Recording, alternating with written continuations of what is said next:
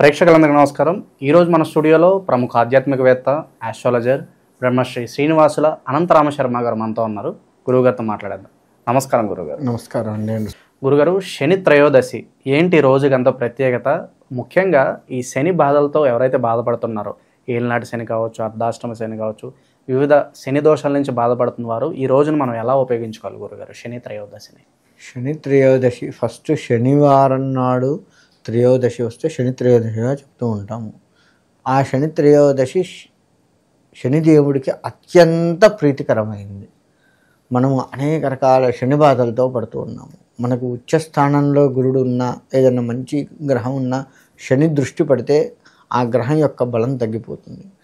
మీరు అన్నట్లుగా అర్ధాష్టమ శని పట్టి ఉన్నటువంటి వారు ఎవరైతే ఉన్నారో, లేదు శని పట్టకపోయినా శని మహర్దశ నడుస్తూ ఉన్నా సరే, ఇట్లా ఏది ఉన్నా సరే, జాతకరీత్యా శని దగ్గరలో ఉన్న మహర్దశ, అంతర్దశ, విదశ, సూక్ష్మదశ అని 4 దశలు ఉంటాయి. అసలు మనం ఎక్కువ శాతం మహర్దశ, అంతర్దశే చూస్తాము. ఇలా మహర్దశలో, అంతర్దశలో ఎందులో శని ఉన్నా సరే, అటువంటి వారున్నా, అసలు శనే లేదు అనుకున్నాం అటువంటి వారైనా సరే, చివరికి ఈ శనివారం నాడు శని త్రయోదశి ఏ రోజు అయితే వస్తుందో ఆ రోజు మన నవగ్రహాల దగ్గరికి వెళ్ళి నవగ్రహాలకు మనస్ఫూర్తిగా నమస్కారం చేసుకొని, ముఖ్యంగా అందులో ఉన్న శనీశ్వరుడు, ఏ గ్రహాన్ని గుర్తుపట్టకపోయినా శనీశ్వరుడిని తొందరగా గుర్తుపడతాం. ఎందుకంటే ఆయన దగ్గర ఎక్కువ జిడ్డు ఉంటుంది, ఆయనకి నల్ల వస్త్రములు కడతారు. ఇలా శనిని తొందరగా గుర్తుపడతాం. మనం నల్ల వస్త్రాలు కట్టకపోయినా శని విగ్రహాన్ని అక్కడ చూడగానే, ఆ మూర్తిని చూడగానే మనం గుర్తుపడతాం శనీశ్వరుడు. అలా శనీశ్వరుడి దగ్గరికి వెళ్ళి మనస్ఫూర్తిగా, స్వామి ఏమన్నా తప్పు చేస్తే క్షమించు నన్ను అని మనస్ఫూర్తిగా వేడుకొని, శనికి తైలాభిషేకాలు ఇటువంటివన్నీ చేసుకుంటూ, శనికి ప్రీతిగా ఏది మనం చేయగలిగితే అది అన్నీ కూడాను ప్రదక్ష నమస్కారాలతో సహా చేసుకుంటూ ఉన్నట్లయితే శని అత్యంత ప్రీతి చెందుతూ ఉంటాడు. ఆ రోజు వీలుంటే చెప్పులు వేసుకోకుండా ఉట్టి కాళ్ళతో నడవడం, ఎక్కువగా నడకకే ప్రిఫరెన్స్ ఇవ్వడము, నల్ల వస్త్రములు, దుప్పటి కానీ రగ్గులు అట్లా ఉంటాయి, అటువంటి పేదవారికి దానం చేయడము, నల్ల వస్త్రములు దానం చేయడము, ఇటువంటి దానాలు కూడా చేస్తూ ఉంటే తప్పకుండా శనీశ్వరుడు మనకు అనుగ్రహాన్ని ఇస్తూ ఉంటాడు. అందులో ఎటువంటి సందేహం లేదు. శని అంటే ఫస్ట్ మొదట భయపడవలసిన పని లేదు. శని మనకు దైవానికి దగ్గరగా చేస్తూ ఉంటాడు. శని పెట్టే ప్రతి బాధ కూడాను మన యొక్క కర్మాన్ని తగ్గించి దైవానికి దగ్గర చేసే మార్గమే ఆయన చేస్తూ ఉంటాడు. కాబట్టి శనిని చూసి భయపడవలసిన పని లేదు. అంతేకాకుండా మనకి కొన్ని దేవాలయాల్లో, శివాలయాల్లో, అమలాపురం సైడు చూశాను, శనికి నువ్వుల నూనె ఇష్టం కదా, అదే నువ్వుల నూనెని శివుడికి అభిషేకం చేస్తూ ఉంటారు, చేస్తారు. అలా వీలుంటే అట్లా చేసే దేవాలయాలు ఏమైనా ఉంటే ఆ శివుడికి కూడా, ఈ శనితో పాటు శివుడికి కూడా అభిషేకం, నువ్వుల నూనెతో కనుక అభిషేకం చేస్తే తప్పకుండా ఈశ్వరుడు శని బాధల నుంచి మనల్ని కాపాడటానికి ఆస్కారం ఉంటుంది. ఆ విధంగా ఇటు శివుడికి అభిషేకము, శనికి అభిషేకము చేసుకుంటూ ఉంటే తప్పకుండా భగవత్ అనుగ్రహము మనకు చేకూరుతుంది అంటే ఎటువంటి సందేహం లేదు. కాబట్టి ప్రాతకాలాన్ని లేచి కాలకృత్యాలన్నీ తీర్చుకొని, తలమించి స్నానం చేసి, ఉతికిన వస్త్రములు కట్టుకొని చక్కగా దేవాలయానికి వెళ్ళి, అలా శనికి ఇప్పుడు మనం ఏ విధంగా అయితే చెప్పుకున్నా ఆ విధంగా శనికి ప్రీతిగా చేసుకోండి.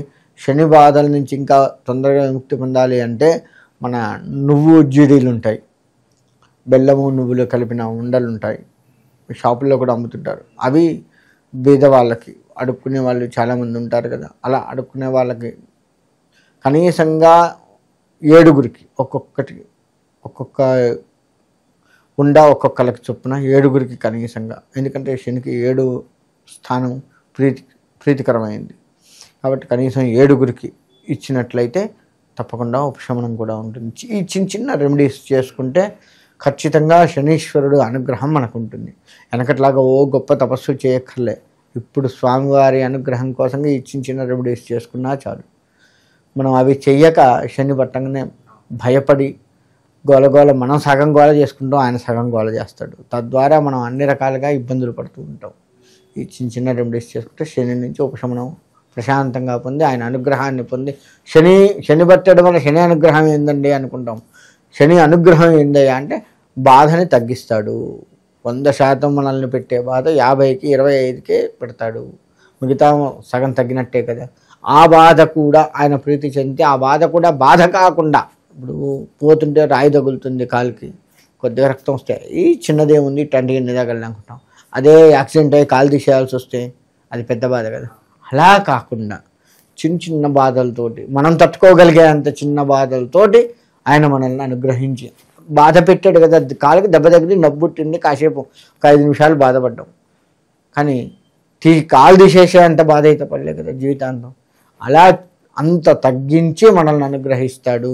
ఆయన అనుగ్రహం ఇస్తే ఆ విధంగా ఉంటుంది. కష్టం పెట్టాలి, బాధ కలగాలి, కానీ మనకి లైట్ తీసుకోవాలి, అదేం కాదులే అన్నంత లైట్ తీసుకోవాలి. ఆ విధంగా ఉంటుంది శనీశ్వరుడు అనుగ్రహం కలిగితే.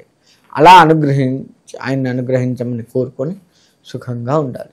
గురుగారు, ఇంకా విశేషంగా ఎలాంటి దానాలు చేసుకోవచ్చు మనం ఆ రోజు శనిదేవుడికి సంబంధించి? శనిదేవుడికి సంబంధించి ఇప్పుడు మనకి ఎట్లా కూడా వైశాఖ మాసం, చెప్పులు, గొడుగు, నల్ల వస్త్రములు, ఇంకా మనం చెప్పుకున్నట్టు నువ్వుల ఉండ, ఇటువంటి దానాలు చేస్తే ఇంకా మంచి ఫలితాలు వస్తాయి.